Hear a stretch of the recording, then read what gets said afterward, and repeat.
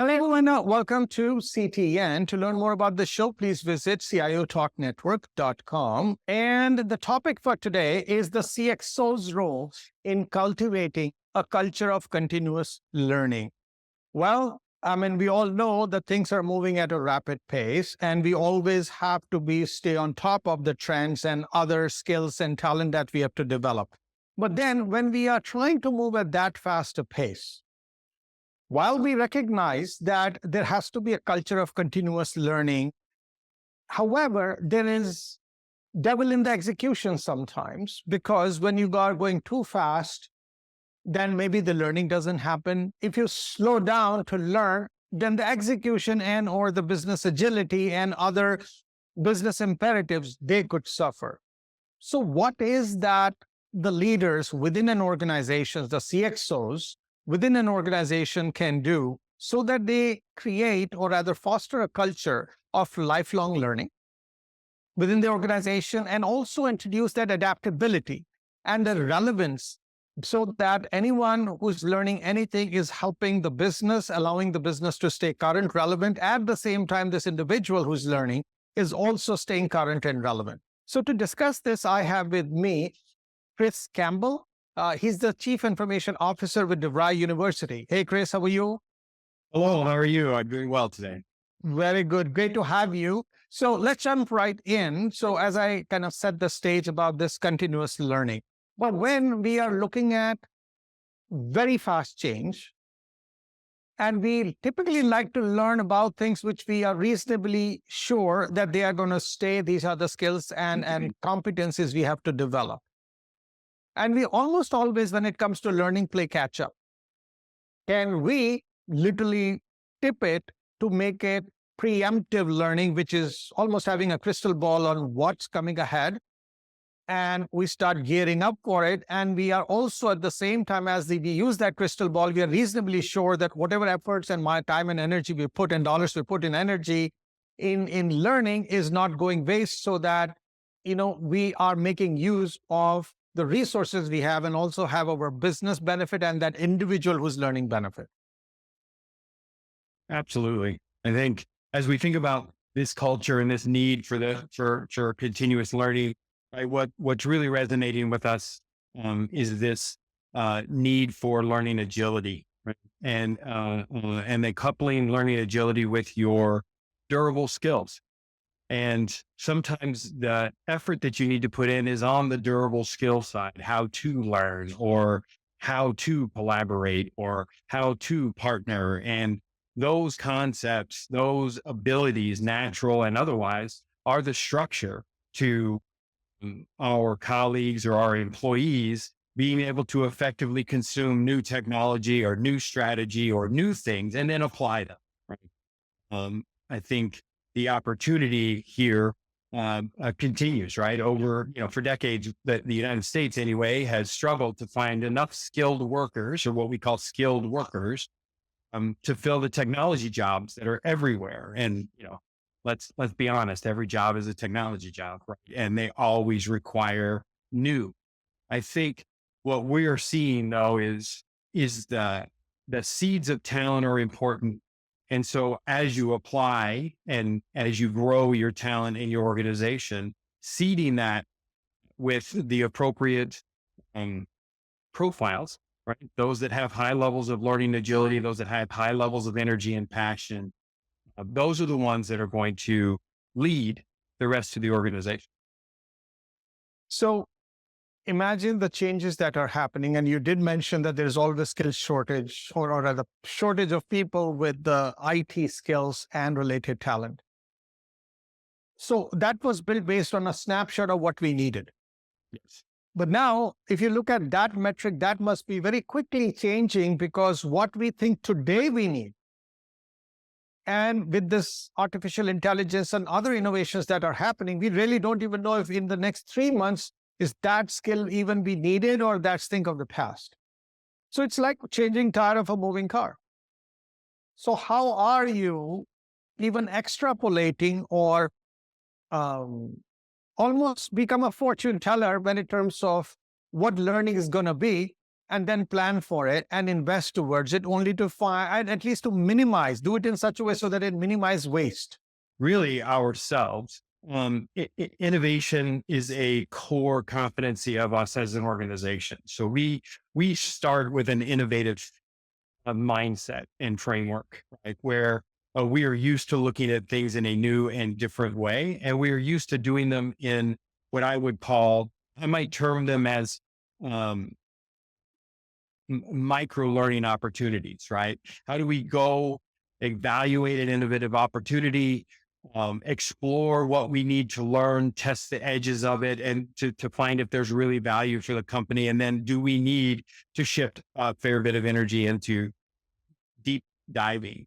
I think, but I'll tell you this, I believe what AI is doing for us and somewhat to us is that the learning of technical skills, rank and file, is probably going to not be as big of a problem, right? I can have ChatGPT tell me how to write a Python script, right? Something that I don't have to teach a developer how to do, or those types of things. So rather, it is going to continue to be, as it always has been, the durable skills, right? We have to invest in those things that our employees need to be able to do to work well together. And we have to couple that with the context of our business or our economy or our industry. So, as it turns out, as you're doing the various AI initiatives and the ones that we've done ourselves, it turns out that the superpower or the secret sauce to be able to go that way, it is indeed the context of your business or your customer or your industry. It is not your ability to generate a Power BI report or a pivot table, right? It is truly understanding what makes your customer tick or what makes your business operate. And so the reason I keep bringing that up is because I truly believe that the human in the loop, right, or the human piece of that equation will be the accelerator for any of these technological advances, right? And it comes back to, are you good at collaborating? Can I teach you to be a better collaborator? The answer to that is patently yes. Can I teach you how to work out loud and across organizational boundaries? Yes, we know we can do those things.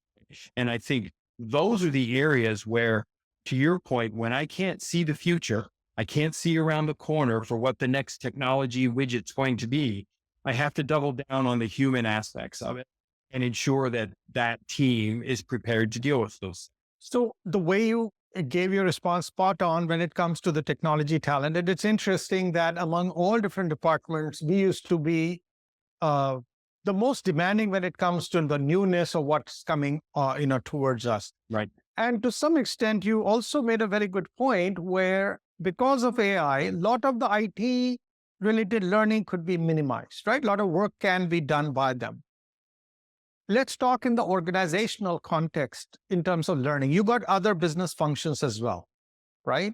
Where the learning had to be done, what they learned to do earlier, now it is being technology enabled and now recently AI enabled. So the workflows, the processes, what they need to do, what they don't need to do, where they don't need to spend time, all of that is also shifting, which means their learning needs, Yes, or their need to up their skills, talent, the focus, what they should focus on is also important. The softer side, the people engagement, and all of those things.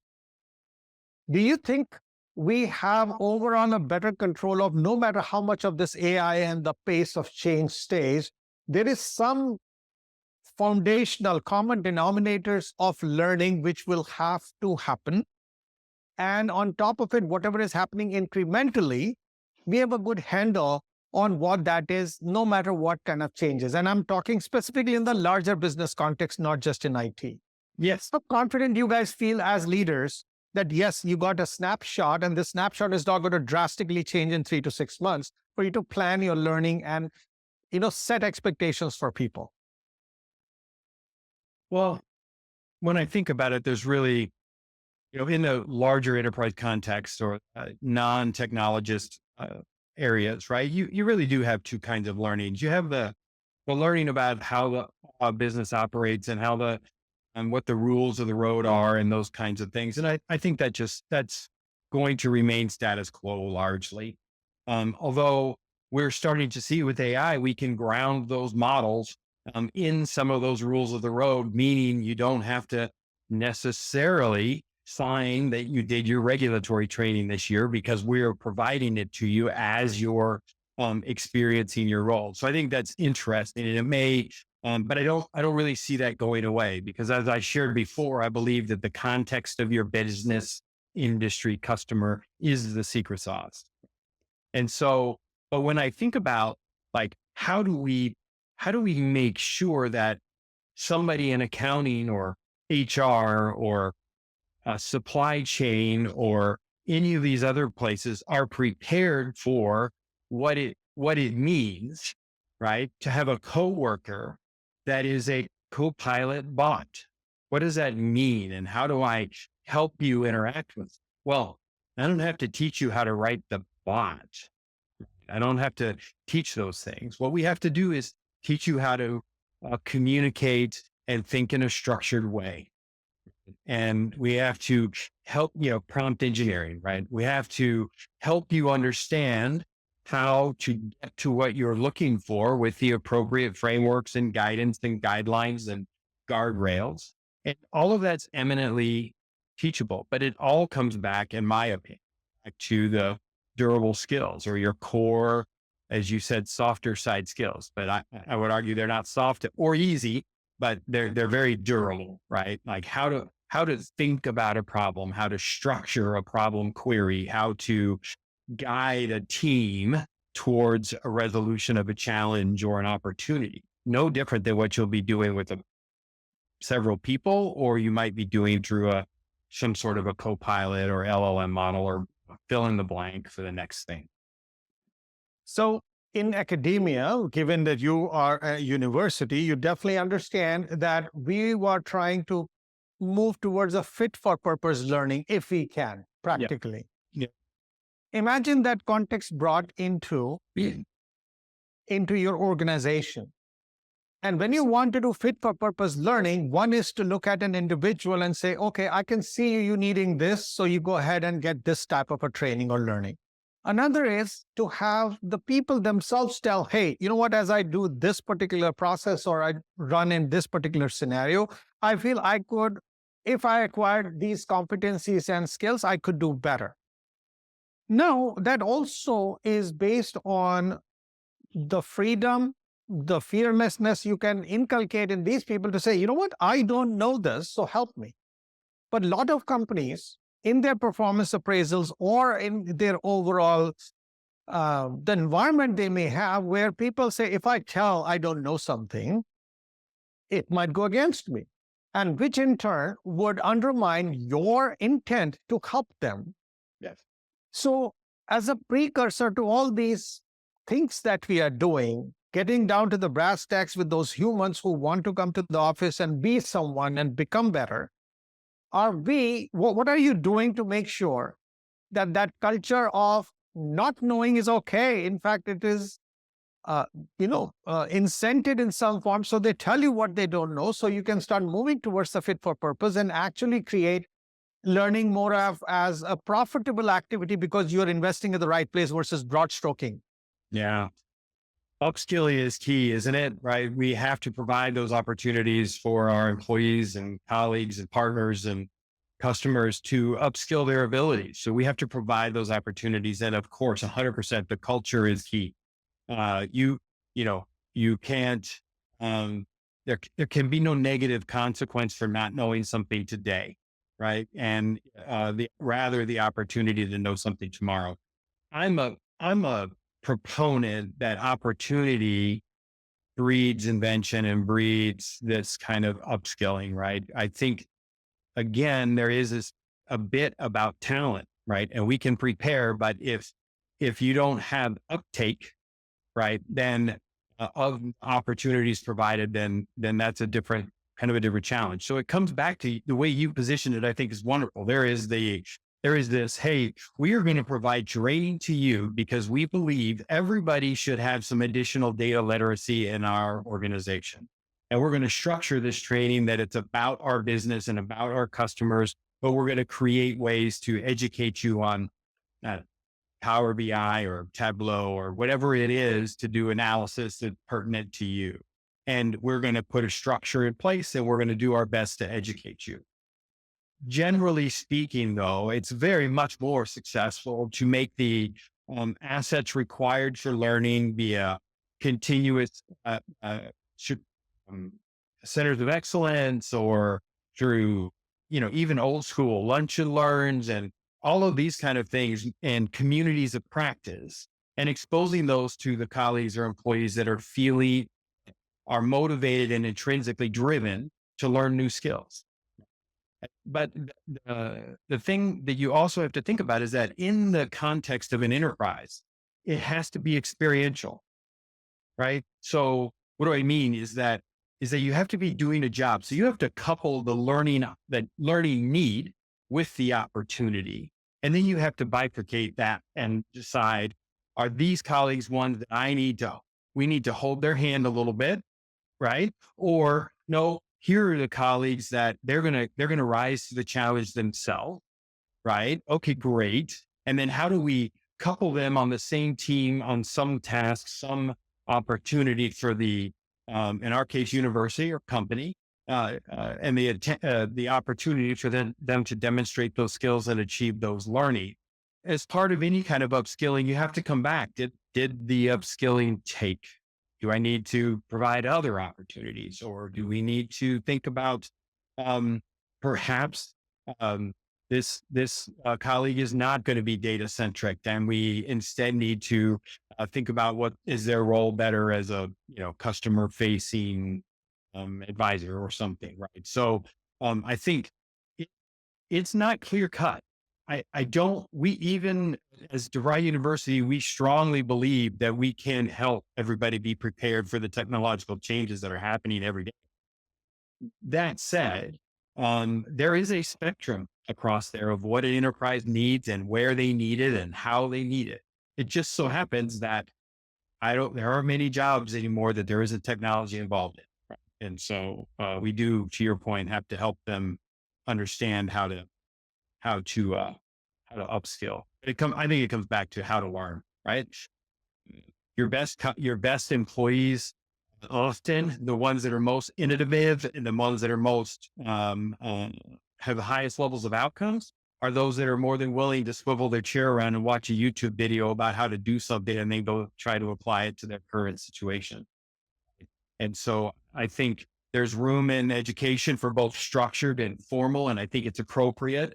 And I think you teach how to learn and how to frame and scientific methods and ways to decompose problems, et cetera. And I think that's so super important. But then there is a part of just-in-time learning. And I think that's where it's getting so much attention in the media, right? Do you need a degree, right? Maybe you just need this little certificate, or maybe you just need this little bit. And so I don't think it's either or. I firmly believe it's an and. You need all of those things.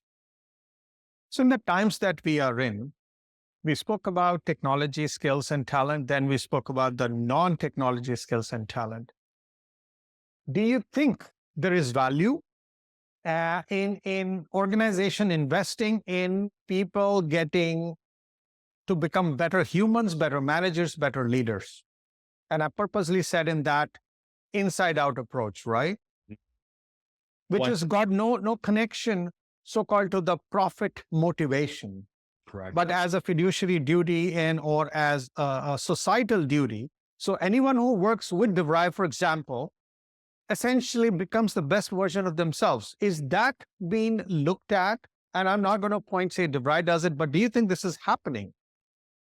Or this is needed for it to really make a difference? Because at some point we are already talking AI will replace most jobs and people will be out there. I mean, yeah, there are predictions of all sorts, right? So I mean, even if you keep that aside, as a society, while we are doing our job, getting them in and they get payroll, they do the work and it's transactional, but is learning connected to helping people become better humans, better managers, better leaders? Is there investment being done? And is there even an intention if it was there, would it come and turn around and help as an organization as well?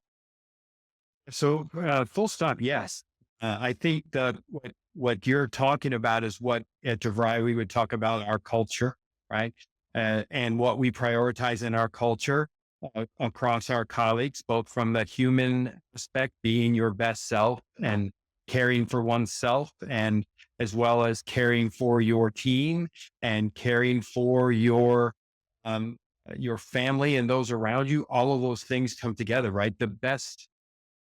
The most healthy mindset, the most healthy body and soul are those things that are going to drive benefits to society first, right? And it's almost, I would say, that the companies get to benefit when your employees are prioritizing that kind of care of self, and that's how we talk about care of self, is how we talk about, becoming a better person, becoming a better leader or manager, becoming a better strategic thinker, becoming a better fill in the blank, right? Being engaged and involved in your community. We have all those, we do indeed have all those aspects at DeVry University. And when we look at, if we consider things like where we are partnering in with enterprises for educational content and those types of things, there is a strong correlation. There's a strong um, correlation in that those with the most healthy culture, often you see the most performance and you see the best company comes out, right? And you see the best outcomes and those kinds of things. So the education is part of it, but you have to have that care for yourself. Right. And again, I'll come back. You have to find the passion, right? In those employees, they have to find their passion and what drives them. But yes, to your question, the the character of self-development as a human is key to our success. And I think as we think about all the fear mongering and all the conversations around AI and all of those things, I think that the humans are the ones that, as always, are going to keep us kind of between the guardrails and turn this into outcome increase and not some sort of dystopian situation. Right. So now let's take learning as a function, right? It was formalized quite a few years ago at the academic level. That's one. But then when it came to enterprises, people started earlier. It was more ad hoc, manager telling, okay, what do you want to do, etc. But then we started formalizing it. And there are some traditional approaches and models that exist. What would you like to see if you had your wish list in terms of improvements and enhancements and innovation in our approach to learning within an organization for the people, so that it creates, or rather it makes us future fit, future ready, and also makes us effective today and tomorrow? Truly effective. Well, that's a really good question. If I So I would say, teaching and learning in an enterprise context, you're right, it's been formalized around, everybody that you go and buy an LMS, or you buy Pluralsight, or you buy this thing and you make it available to your colleagues. And then you put requirements on how much content they need to consume, or you put requirements on what certificates they need. And I think it is a strategy that's really based around, how do we encourage this kind of continuous learning mindset? And, but it's very much a push strategy, right? It's very much a put it in front of them and a little bit of a penalistic type of approach. If I had my preference, I'd really prefer to see more of a pull, right? I'd really prefer to see more of a, hey, we know that John is talented in these aspects. He has these core skills. So we're going to put him on this project. And we know, John, you don't know how to do A and B, but here are the resources to help you get to A and B. And we want you to work through this project. And here we're making all these learning resources available to you. And let's have conversations about your outcomes, not whether or not you attended, a a particular certificate course, or whether you um, completed a semester of data analytics, right? Let's instead talk about how are you doing on the project and the outcomes there, right? And we need to measure back to those outcomes, because we have to continue, as I say, to find the passion, right? And provide the opportunity. And so by talking about the outcomes, I think you get to a scenario where the employee is learning what they need, not necessarily what we think they need to deliver the outcomes required, right? It's a little bit of I don't care how you got there. I really care that we just got there.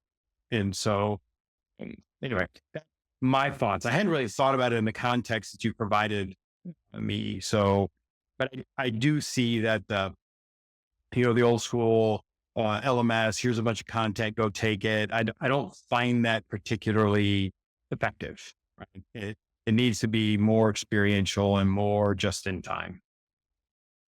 All right. Now, when we are trying to get this corporate culture built, right? That's the whole topic, is about how do you get the corporate culture, which is essentially going to support continuous learning mindset and incent people, or rather create an intrinsic motivation for them to jump and say, okay, I need to do this and I learn myself, or you help me learn.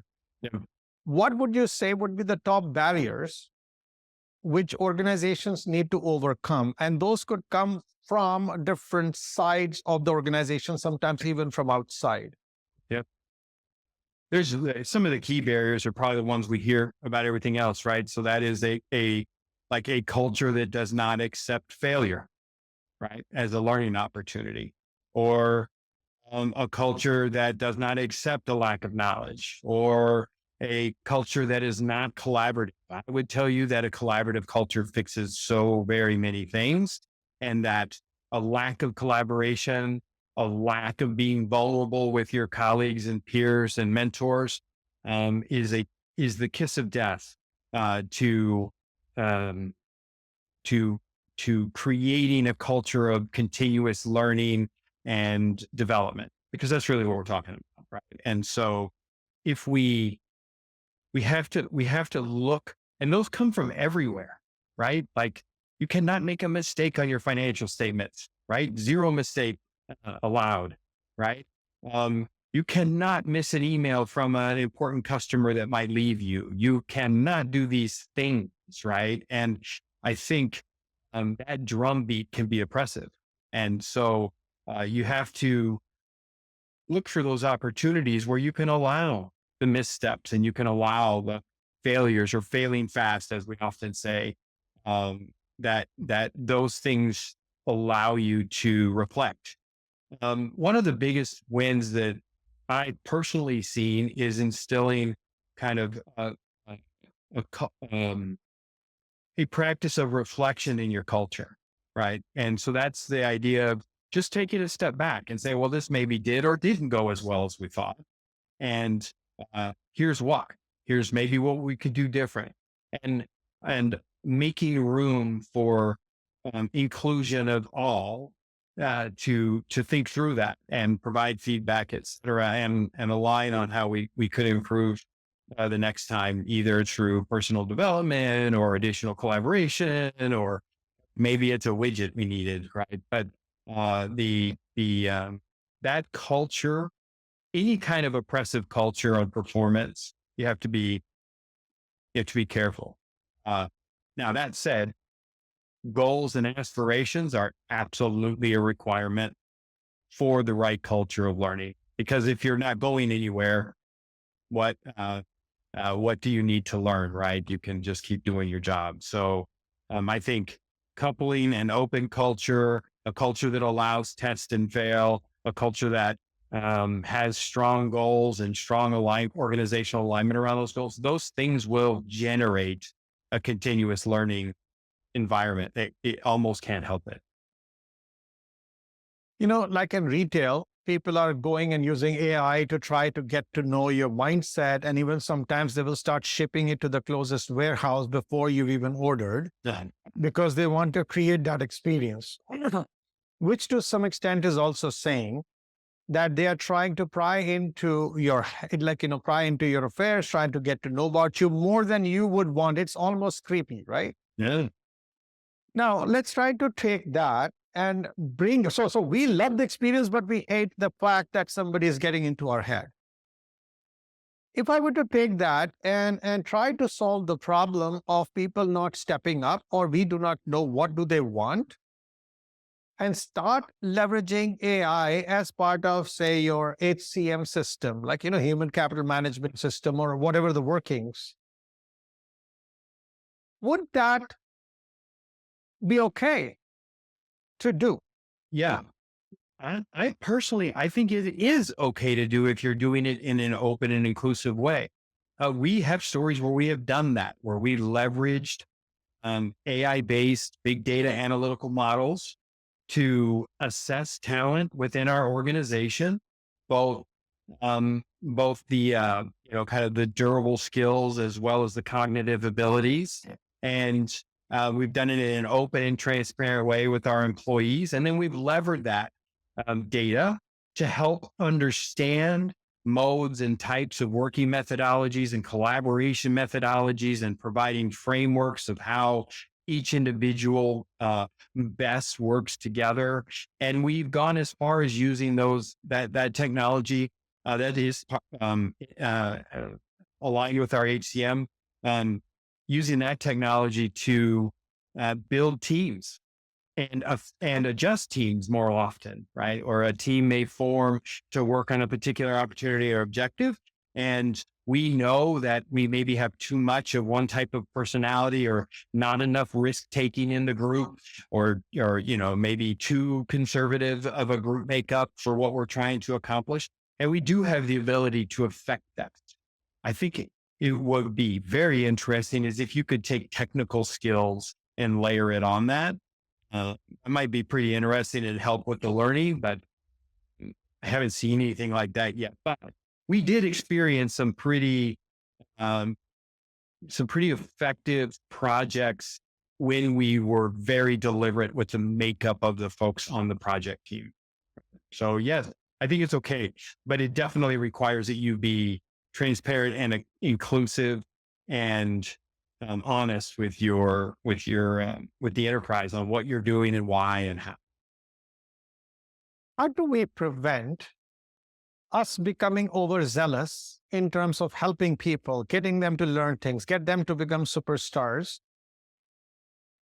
so that there is no learning fatigue that starts developing and or burnout, because they say, you got already a more than spilling plate for me, and then you want me to take these 2 courses and try to go do experiments, etc., etc. So is there a formula that you've cracked so that your people are motivated when you present to them an opportunity to learn, knowing that it's going to help them while they go about running and executing the projects that you assign to them?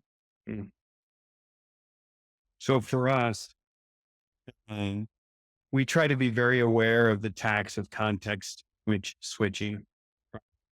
You can, you have a day job, and now my CIO wants me to go over here and learn how to do AI.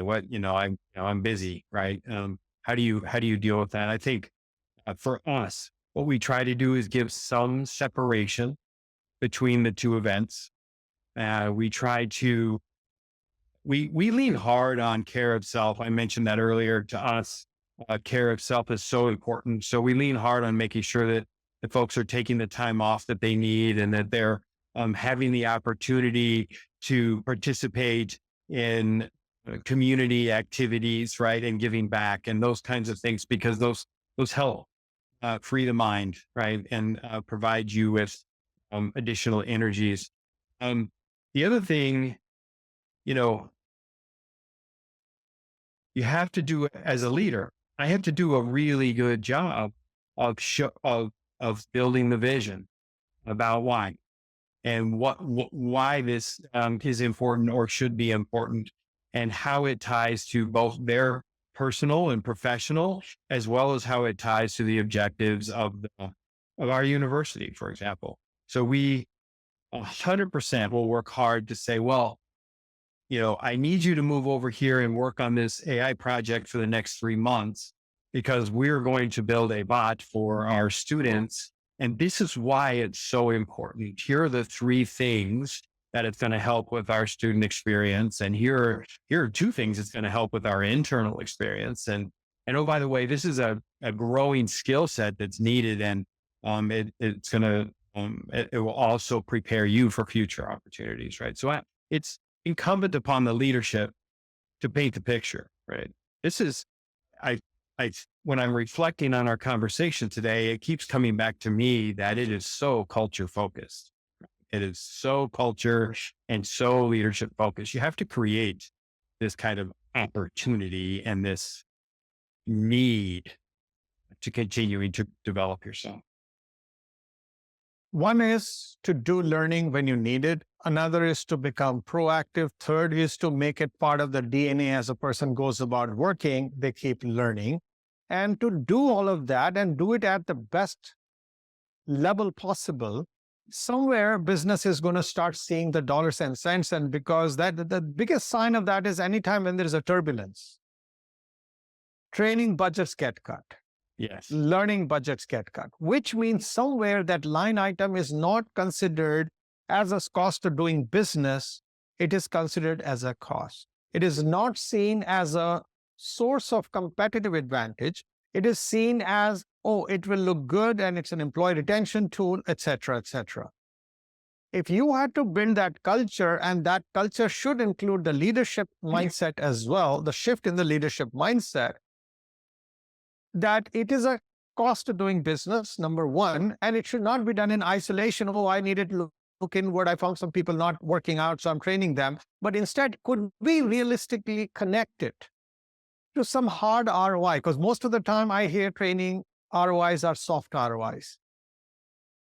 Can we connect it to the shareholder value or the stakeholder value somehow, so that we simply don't go on the sine curve ride whenever there is a dip? We stop letting people learn because it's hard on the organization. It's hard on the people who suddenly say, I need help, but I'm not getting it. Yeah. Or you're overloading. We've all seen that. And I actually, in my own world, I think of it in the same terms of many technology leaders over the years who have had to evolve from being an expense discussion topic to a business value creation topic. And I would actually tell you that your enterprise learning and development needs to live in that same world. We need to talk about it in terms of the business value it's creating, not the dollars it's costing. And to do that is a fundamental mind shift. You're going to have to shift the mind of your human resources teams, your learning and development teams, and even more so your line manager teams, who are generally believe that their employees are too busy to take time to do some learning. So I think as I think about that, I would say there's probably a strong opportunity when you're talking about upskilling to tie that out to business outcomes and say, what are those outcomes? What could they be? They could be retention. They could be actual productivity. They could be innovation delivered, right? It could be CSAT scores climbing. It could be any number of things that development, depending on the skill, depending on the capability, would map directly to. And it's not a stretch, right? It's a good solid case. So I think there's an opportunity to think about that.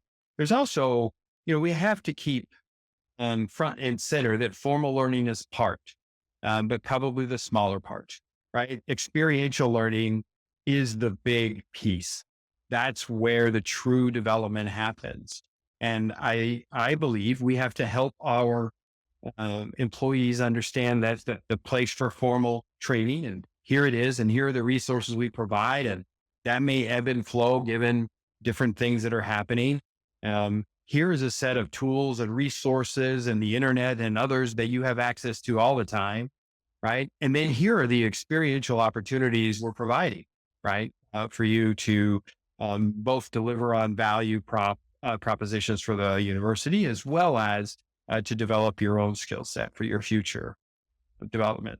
So those are my thoughts. One last question. You Okay. would build, these learning systems. You will work on the leadership mindset and everything else you could. But then somewhere it seems like many organizations think that if they build, they will come. If we build something like this, they will come. And there is a percentage of people who say, why? Why should I come? And they just are naysayers. They may have inertia, whatever.